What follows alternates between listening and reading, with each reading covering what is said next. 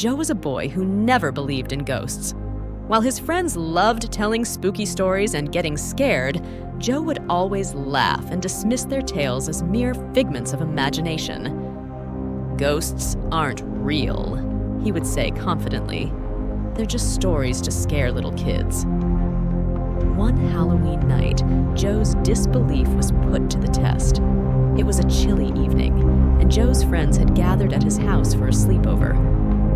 After devouring a mountain of candy, they decided to tell ghost stories.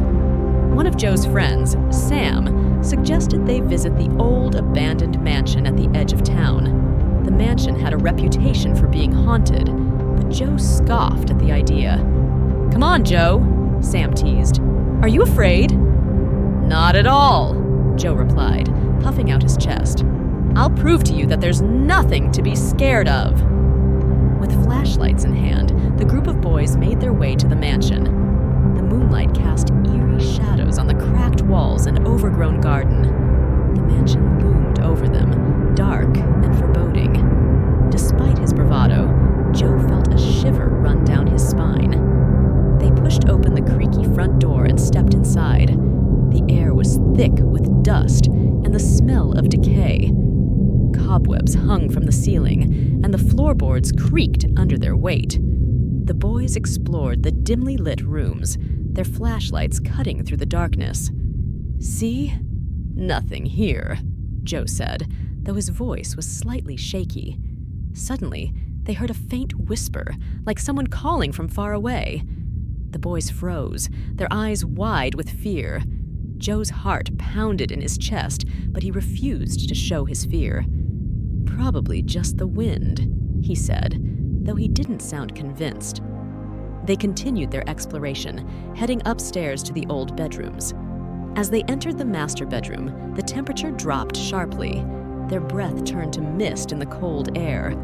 In the corner of the room, an old mirror stood covered in dust. Joe walked over and wiped the glass with his sleeve. In the reflection, he saw a shadowy figure standing behind them.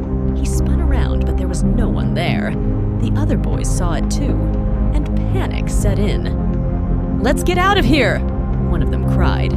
But the door slammed shut with a deafening bang. The boys screamed and tried to open it, but it wouldn't budge. They were trapped. Joe's flashlight flickered and went out. The room was plunged into darkness. He fumbled to turn it back on, and when he did, the shadowy figure was right in front of him.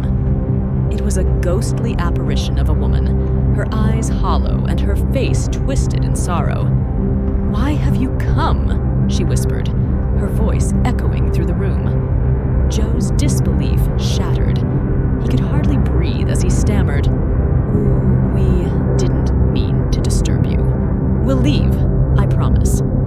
The ghostly woman raised a hand, and the temperature in the room plummeted further. The boys huddled together, terrified.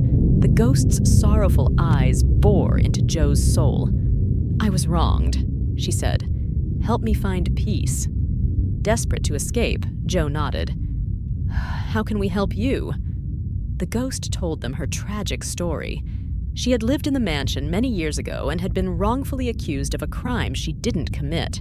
She died seeking justice, and her spirit remained trapped in the house. Joe and his friends listened intently, their fear slowly turning to empathy. They promised to find a way to clear her name and bring her peace. The ghostly woman's face softened, and the temperature began to rise. The door creaked open, and they were free to leave. The boys ran all the way back to Joe's house, their fear mingled with a sense of purpose. Over the next few weeks, they researched the history of the mansion and the ghost's story. With the help of their parents and the local historical society, they uncovered evidence that proved the woman's innocence. On a cold winter night, they returned to the mansion and laid the evidence on the old mirror. "You're free now," Joe said softly. The ghost appeared one last time, her face peaceful and her eyes filled with gratitude. "Thank you," she whispered before fading away. From that day on, Joe never laughed at ghost stories again. He had learned that some spirits linger, seeking justice